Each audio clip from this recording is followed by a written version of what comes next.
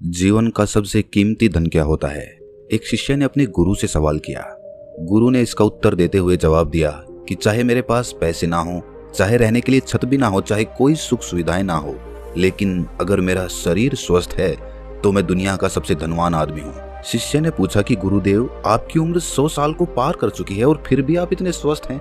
आपकी बुद्धि बड़ी ही तीव्र है और आपका चेहरा भी सूर्य की तरह चमकता रहता है और वहीं पर आपके बदन से भी चंदन की सी खुशबू आती है। शिष्य ने कहना जारी रखा कि गुरुदेव, मेरे मन में बहुत बार आया है कि मैं आपसे इसका रहस्य जानूं, लेकिन संकोचवश मैं आपसे पूछ नहीं पाता हूँ। कृपया करके आज मुझे वो साधारण से नियम बताने की कृपा करें जिनसे मैं भी आपकी तरह स्वस्थ और निरोगी रह सकूं।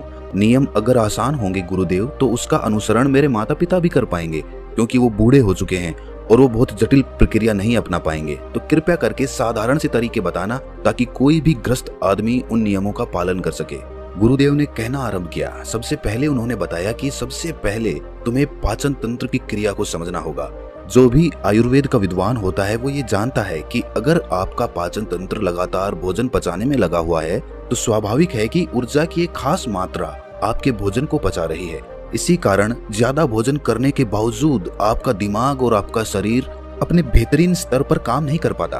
तुमने देखा होगा कि भोजन करने के बाद जब पाचन प्रक्रिया शुरू होती है तो हर जानवर नीचे बैठ जाता है। वो बस बैठ जाते हैं क्योंकि दूसरी चीजों के लिए पर्याप्त ऊर्जा नहीं बचती है। चाहे वो मांसाहारी हो या शाकाहारी हो, हर जानवर खाने के बाद नीचे बैठ जाता है और ये इंसानों के लिए भी एक प्राकृतिक जरूरत है।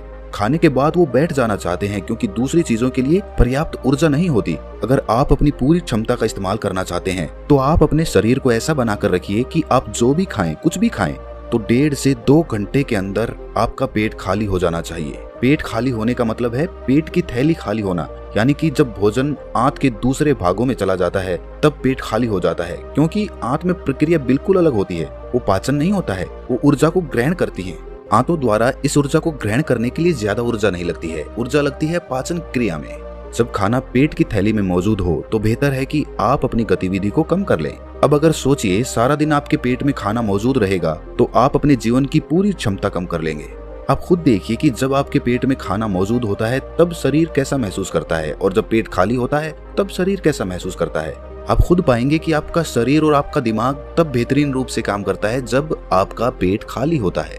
इसका एक पहलू और है। देखिए, हम सब जानते हैं कि हमारा शरीर हर समय नई कोशिकाएं बनाता रहता है और पुरानी कोशिकाएं खत्म करता रहता है, जिससे हमारे शरीर का शुद्धिकरण होता रहता है। लेकिन जब भोजन हमारे पेट में होता है, यानी कि हमारा पेट जब खाली नहीं होता, तो ये शुद्धिकरण 80% कम हो जाता है। वो सारी गंदगी जो शरीर से अपने आप बाहर निकलती थी, अब वो निकलनी बंद हो जाएगी, जो कुछ समय बाद आपके लिए तरह तरह की समस्याएं पैदा करेंगी।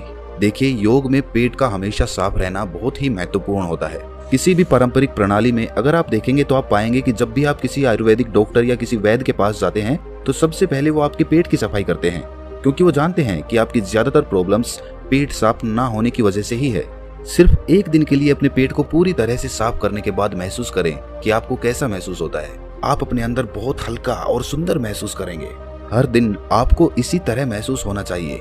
आमतौर पर पारंपरिक रूप से घी को पहले निवाले के रूप में खाया जाता है। घी एक चिकनाई वाला पदार्थ है जो पूरी आहार नली को चिकनाई देता है। आपको सबसे पहले इसे ही खाना चाहिए ताकि ये भोजन के प्रवाह को आसान बना दे।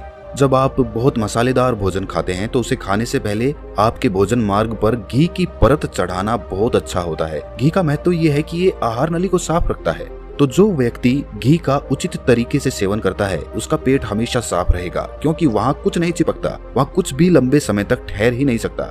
पेट का कैंसर, आंत का कैंसर, आजकल ये बहुत ज्यादा हो रहा है। तो अगर आप एक निश्चित मात्रा में घी का सेवन करते हैं तो ये घटना बहुत कम हो जाती है, लेकिन उसके लिए घी सही गुणवत्ता का होना चाहिए। तरीके से गाय या भैंस के दूध से बनाया जाए। अगर घी को उचित तरीके से गाय या भैंस के दूध से बनाया जाए तो इसके कई महत्वपूर्ण फायदे होते हैं। शिष्य ने सवाल पूछा कि गुरुदेव, पाचन क्रिया तो मैं कुछ कुछ समझ गया हूँ, लेकिन आप ये बताएं कि आपकी तरह सूर्य जैसा तेज पाने के लिए, चमकता हुआ चेहरा प्राप्त करने के लिए क्या प्रक्रिया अपनानी चाहिए।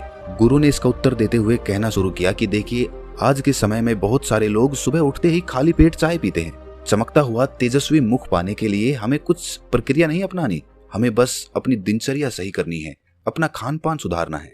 सुबह खाली पेट चाय पीना जहर के समान होता है। वो धीरे धीरे आपके अंदर आपकी आंतों को कमजोर कर देता है। पेट में धीरे धीरे एसिडिटी होने लगती है और अपने आप मन और मस्तिष्क सुस्त पड़ते जाते हैं। सुबह उठते ही तुम्हें तांबे, चांदी या मिट्टी के बर्तन में रखा हुआ पानी पीना चाहिए, लेकिन चांदी और मिट्टी की तासीर ठंडी होती है, इसीलिए कफ, अस्थमा या दमा जैसे रोगी इसका उपयोग ना करें। रात में आपने चांदी, तांबे या मिट्टी के बर्तन में पानी रख दिया और सुबह खाली पेट बिना दातुन किए हुए उसे पी लिया। शिष्य ने सवाल किया कि गुरुदेव, बिना दातुन किए हुए अगर हम वो पानी पिएंगे तो हमारा बासी थूक हमारे अंदर ही चला जाएगा। गुरु ने उसे बताया कि वो तो अच्छी बात है, क्योंकि बासी थूक औषधि के समान होता है।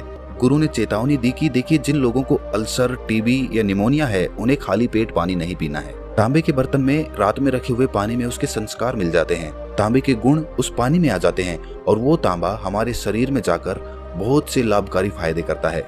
गुरु ने चेतावनी दी कि अगर मजबूरी ना हो तो प्लास्टिक की बोतल में कभी पानी मत पीना, क्योंकि प्लास्टिक की एक ऐसी संरचना होती है, जब वो गर्म तापमान पर आता है तो प्लास्टिक धीरे धीरे पिघलना शुरू हो जाता है और जब वो बहुत बारीक स्तर पे पिघलता है तो उसके कण उस पानी में मिल जाते हैं, जो हमारे शरीर में जाकर कैंसर का कारण बन सकते हैं। देखिए, ये पानी पीने के बाद, अपना पेट अच्छे से खाली करने के बाद आप आंवला और सब्जियों का रस पी सकते हैं। आप पीने में कुछ लोगों को थोड़ा कड़वा लग सकता है, लेकिन जहाँ पर शरीर को इतने सारे फायदे हो रहे हों वहाँ पर थोड़ा कड़वापन तो बर्दाश्त किया जा सकता है।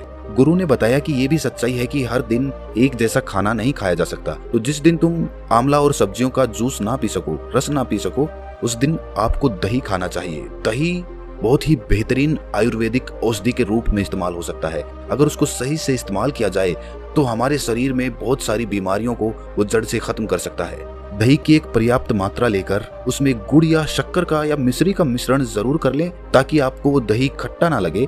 अगर दही में गुड़ मिलाते हैं तो गुड़ बहुत ज्यादा नया नहीं होना चाहिए। गुड़ जितना ज्यादा पुराना होगा उतना ही लाभकारी होगा। और दही को थोड़ा पतला कर लें, थोड़ा पानी डाल लें, फिर चम्मच से आप उसे ऊपर नीचे करेंगे तो वो पतला हो जाएगा। पतला होने के बाद वो आसानी से हमारे शरीर में जा सकता है और उसको पचने में भी ज्यादा ऊर्जा शरीर को नहीं लगानी पड़ती। आयुर्वेद के गणित के हिसाब से अगर आप सुबह इन प्रक्रियाओं का पालन करते हैं तो आपके चेहरे का ओज बढ़ने लगेगा, उस पे चमक आने लगेगी, आप ओजस्वी नजर आओगे। जल्द ही लोग आपको बोलना शुरू कर देंगे कि भाई, आपकी उम्र इतनी ज्यादा हो गई लेकिन आप लगते नहीं हो इतने उम्र के। सन्यासियों और ऋषि मुनियों जैसा तेज पाने के लिए ध्यान और आयुर्वेद के नियम के हिसाब से खान पान, ये दो चीजें सबसे ज्यादा जरूरी होती हैं। अगर ग्रस्त आदमी भी इन नियमों का पालन करता है तो वो भी सन्यासियों जैसा ओजस्वी और तेजस्वी हो सकता है।